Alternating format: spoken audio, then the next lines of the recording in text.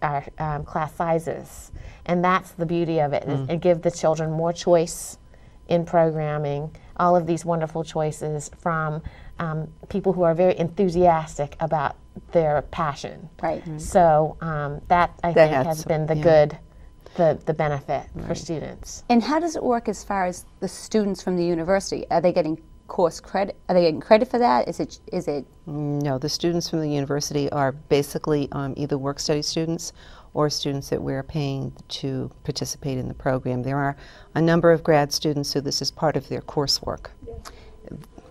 And I'm sorry. There's an exercise program that's being offered through the School of Health and Environmental Studies, and they are grad students, and this is part of their graduate work, is to learn to work with the students in the school. So they're offering an exercise program that way. So yes, they're getting credit for it. Now, are they under the students under the direction of a faculty member from your school, or is it? It's a combination. It's a combination. Okay. Some of the students, like the robotics course, is with a faculty member who has undergraduate students with him. The team building is 2 students who are resident assistants at the university, so they have a lot of skills to get people to work together, and so they don't really need supervision. They know how to do that. The people who are doing chess know how to play chess, and they can teach the students how to play chess. We did have 2 faculty members from the School of Management in the fall who were doing chess with them, and they recruited people who were in the chess club to come and work with the students. Now, how did the program come about? I mean, I know it's a pilot program. It's considered a pilot program. Yeah.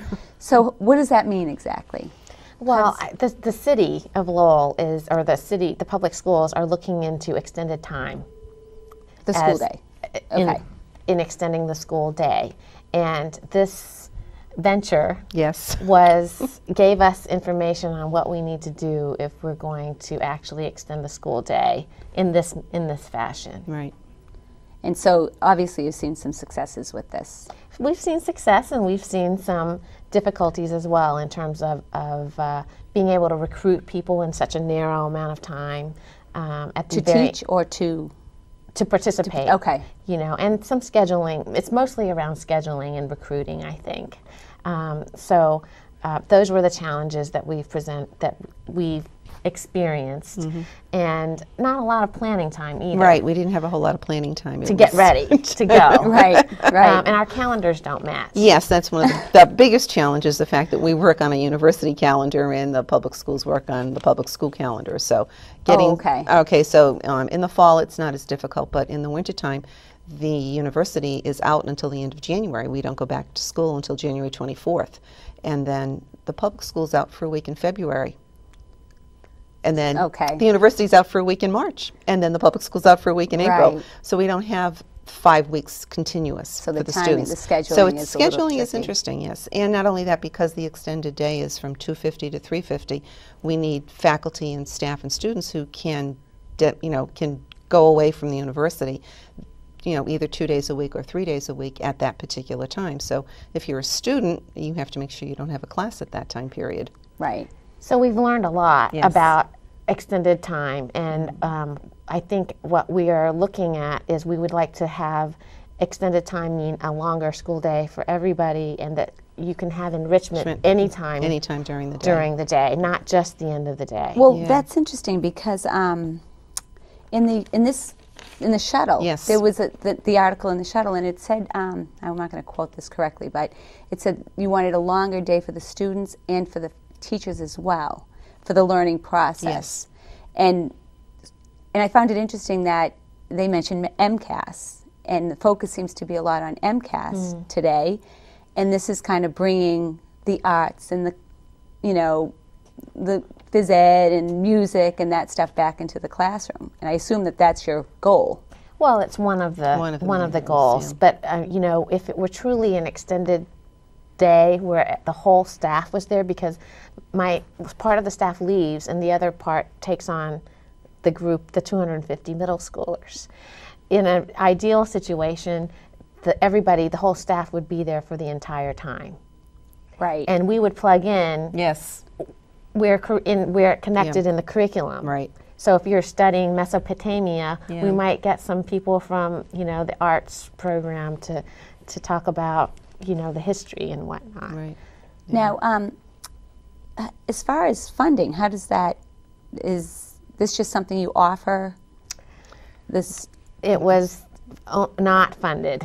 And the university has been a tremendous source of support in terms of funding site coordinators at the school site to manage the schedules and whatnot. So the university has been very supportive in trying to create the resources that we've needed to make the program work. Yeah. So how many, what would you say is the percentage of students who get involved in this? 100%. 100%? Yes, every student at the Bartlett School. Go home at 4 o'clock. But it is not mandatory? It's mandatory. Yes. Oh, it is mandatory. Oh, I'm sorry, I didn't realize that. Okay. Yeah. So it's a mandatory program. And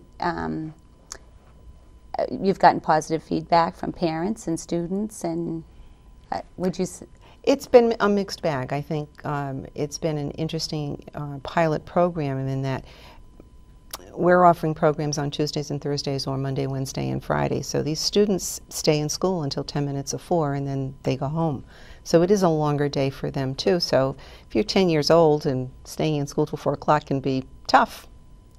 But there's not a grade for this, is there? No. No. No, there's no grade for it. Which is another probably issue in terms of accountability and whatnot. Yeah. And they get to choose what program they're going to do. They get to choose their top, they get to ask for 3 and they get one of those top 3 choices. Top 3 choices, yes.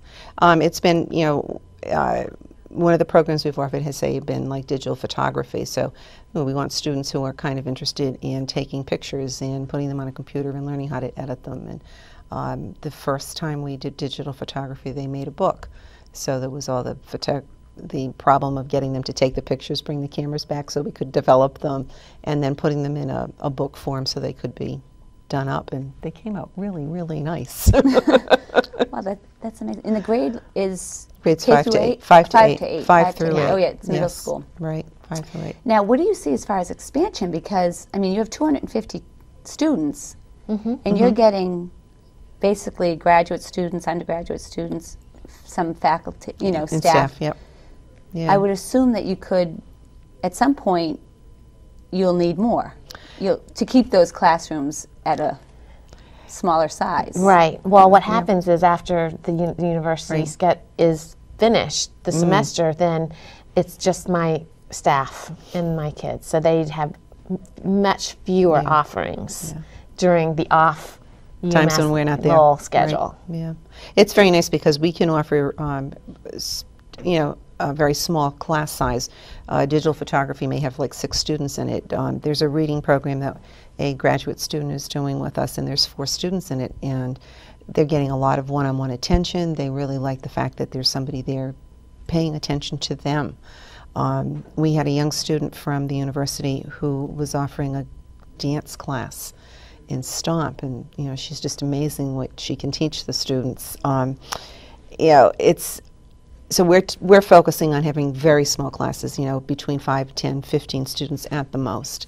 So that makes the times when those students aren't there, the faculty from the Bartlett School have less students also.